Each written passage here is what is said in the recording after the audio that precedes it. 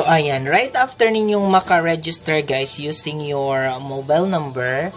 So, i-continue ra na ninyo siya din para mas mapadali na lang ang inyong transaction next time. Kaya na naman mo generated na nga ka ng barcode. Either kuan siya, GCash, or magbayad mo sa kanang NBI, nga na, police. So, yan. So, makareceive ra mo ana, guys, o kanang iyahang verification code.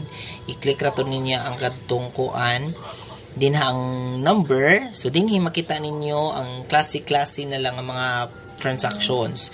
So, mauna ni siya ang kanang cash in. Ari sa GCash, pwede siya. Pwede gapon siya sa kanang buy load.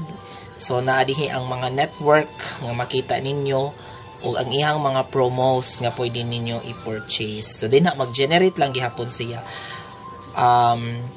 Ang kuan naman, ang dira sa bills payment na gihapon, na dira mga insurance, airlines, cable, electricity, government, na siya din guys.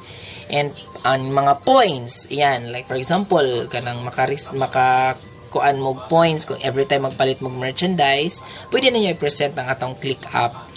And then, also, kani nga pera padala, pwede gihapon, and bills payment. So, naa din So, nasa click wallet din